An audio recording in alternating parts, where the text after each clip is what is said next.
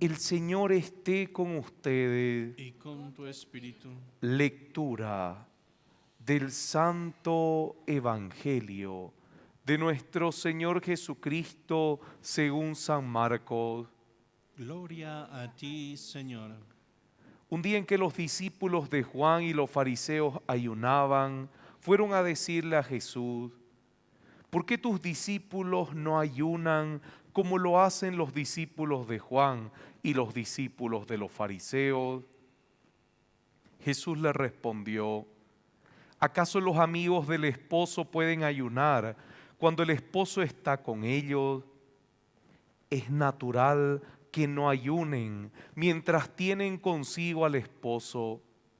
Llegará el momento en que el esposo les será quitado y entonces ayunarán. Nadie usa un pedazo de género nuevo para remendar un vestido viejo, porque el pedazo añadido tira del vestido viejo y la rotura se hace más grande.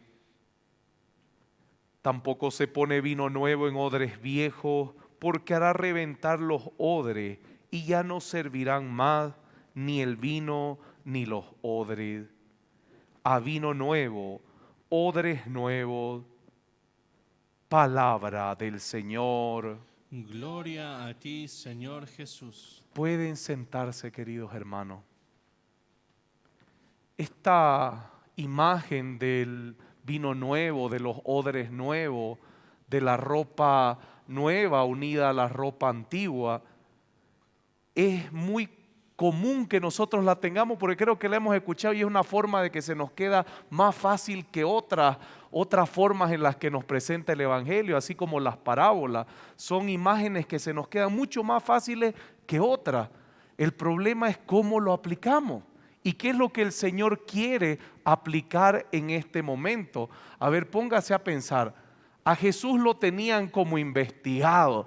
Todo el tiempo parecía que las cámaras lo seguían para ver qué error cometía. Y estaban viendo qué hacía o qué dejaba de hacer. Y mientras veían qué hacía y qué dejaba de hacer, Jesucristo vivía la libertad de hijo de Dios. El Hijo de Dios, aquel que en el bautismo Dios dice: este es mi Hijo, mi enviado. Así que Él vivía esa libertad de Hijo de Dios, mientras los otros vivían esclavizados a todos sus prejuicios, vivían esclavizados a todo lo que ellos desde pequeños habían creado, las estructuras mentales que habían ido formando, etcétera, etcétera, etcétera. Y por eso es que seguían a Jesús a ver qué hacía para atacarlo. Y es ahí donde lo ven que no estaban ayunando. A ver, yo les hago una pregunta: ¿el ayuno es bueno o es malo? Cuidado, que muchos dicen: voy a comenzar un ayuno cuando ven que la barriguita va creciendo. No, el ayuno no es para disminuir la barriguita, el ayuno es para disciplinarnos física y espiritualmente. Así que cuando a mí me dicen: sí, padre, voy a comenzar un ayuno, yo le pregunto: ¿para qué? No, padre, es que mi esposa ha dicho que estoy muy gordo. Ah, no, eso no es ayuno, hermano, eso es disciplina. Cuidado. Así que el ayuno era bueno, pero es bueno mientras no se convierte en una esclavitud. A ver, ponga a pensar eso. ¿El ayuno es bueno o es malo? Es bueno mientras no lo convertimos en una esclavitud. ¿Por qué? Porque también a mí me pasaba a ver otro extremo de la gente que se ayuno. Muchas muchachitas que sufrían de bulimia hacían ayuno. Y hacían ayunos extremos, claro. Se presentaban como espiritualmente que lo estaban haciendo, pero el problema que tenían es que por dentro estas muchachitas se veían que estaban gordas, así que practicaban la bulimia o tenían anorexia. Así que ahí el ayuno no las ayudaba como personas, sino por el contrario, las esclavizaba a una enfermedad.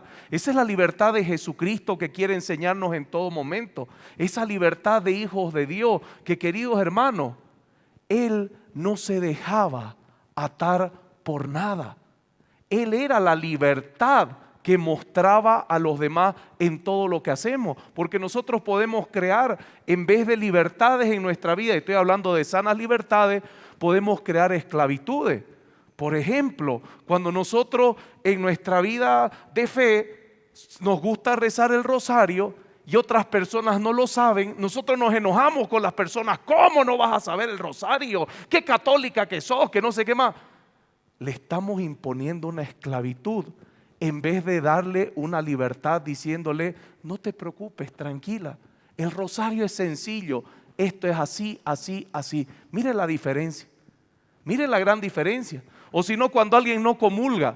Yo me acuerdo que había un grupo de matrimonios que en broma las esposas me decían, padre, nuestra técnica para saber si nuestros esposos nos están engañando es cuando no comulgan. Así que en el momento de la comunión todas las esposas eran mirando a ver si el esposo se levantaba a comulgar o a no comulgar. Así que esa era la forma de controlar. Mire, la comunión que es buena la convirtieron en una esclavitud. ¿Por qué? Porque si veían a su esposo que no se levantaba, comenzaban a perder toda la gracia de la misa porque decían, algo ha hecho este tipo, algo ha hecho este tipo. ¿Se dan cuenta?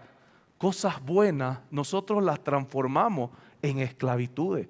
Y tenemos un montón de cosas buenas en la iglesia que nosotros mismos la hemos convertido en esclavitudes y con las cuales atacamos a los demás. Por ejemplo, nosotros podemos ir todo el día y estar en el Santísimo desde que abren el templo hasta que cierran el templo, pero llegamos a nuestra casa, en el Santísimo estamos así con carita buena, así.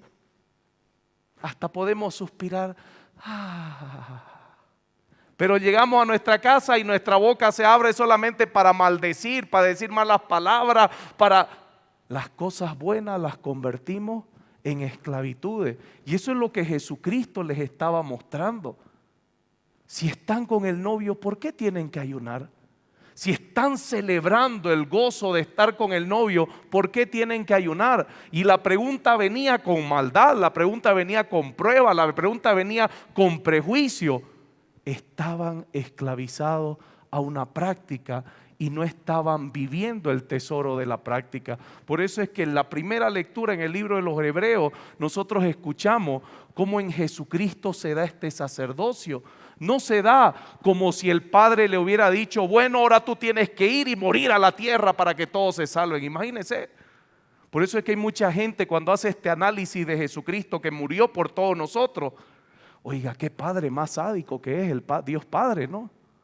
Hay mucha gente que ataca el cristianismo diciendo eso. Qué sádico que es el Dios Padre mandar a su hijo para morir. Oiga, qué sádico, qué padre le va a gustar mandar a su hijo para morir. O usted, hermanita, lo mandaría a sus hijos para que mueran. Mire, convierten algo bueno en una esclavitud para atacar. Querido hermano, ahí en Hebreos está la respuesta a esta gente que dice que Dios es un sádico. No, fue por obediencia. ¿Acaso los hijos no van a la escuela por obediencia? ¿Acaso los hijos no van a la universidad por obediencia? Querido hermano, porque saben que es para un bien mayor. Lo mismo hizo Jesucristo. No fue por esclavitud, fue en la libertad de su decisión que Él quiso ser obediente para salvarnos. Si nosotros no nos damos cuenta de esto, muchas de nuestras prácticas de fe las vamos a convertir en esclavitud.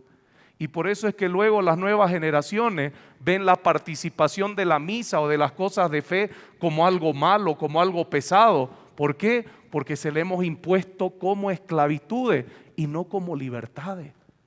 Es muy distinto.